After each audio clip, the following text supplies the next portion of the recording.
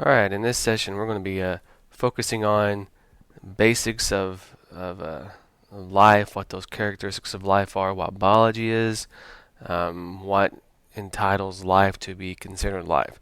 So we're going to be looking at that in the next 4 or 5 minutes through this video presentation. So what is biology? Basically, biology is a study of the living aspect of our planet. Everything that is involved, um, that is living, produces those living processes. That's what we're going to be looking at. So biology is a study, basically the study of life. Now, in order to classify something as living, it has to meet a few requirements. All right, there's about 6 basic requirements. We can group a couple of them together.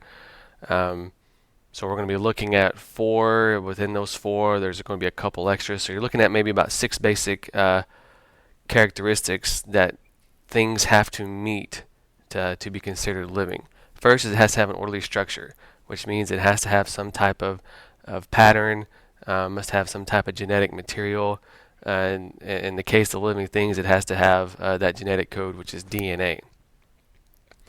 The second thing, it must be able to reproduce. So it has to make more of itself. It has to be able to proliferate.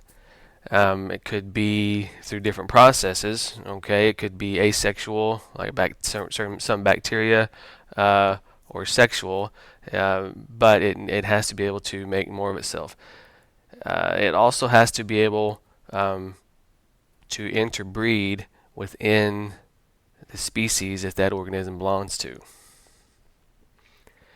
Third category of what something has to do or meet to be living would be it has to be able to grow and develop, which means it has to be able to increase the amount of material and information to form new structures.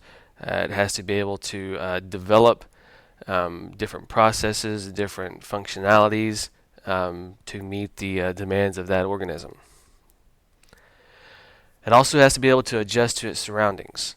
Okay, it has to be able to interact with the environment, have stimuli based on the external factors that affect it. Those stimuli have to react, whether it be temperature, reaction to water, wind, solar energy, whatever that may be.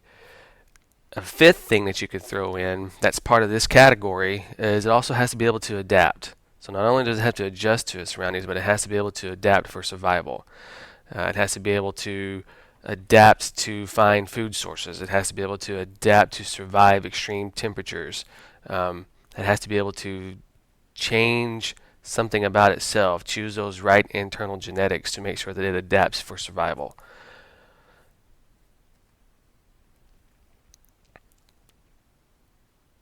So anything that's living is going to meet these requirements. It's going to be called an organism. I mentioned a stimulus. To be able to respond and adapt to its environment, it has to be able to react to certain stimuli or things that are externally that's going to cause it to change, whether it be temperature, water, wind, those types of things. And then when it reacts, this reaction is just called a response.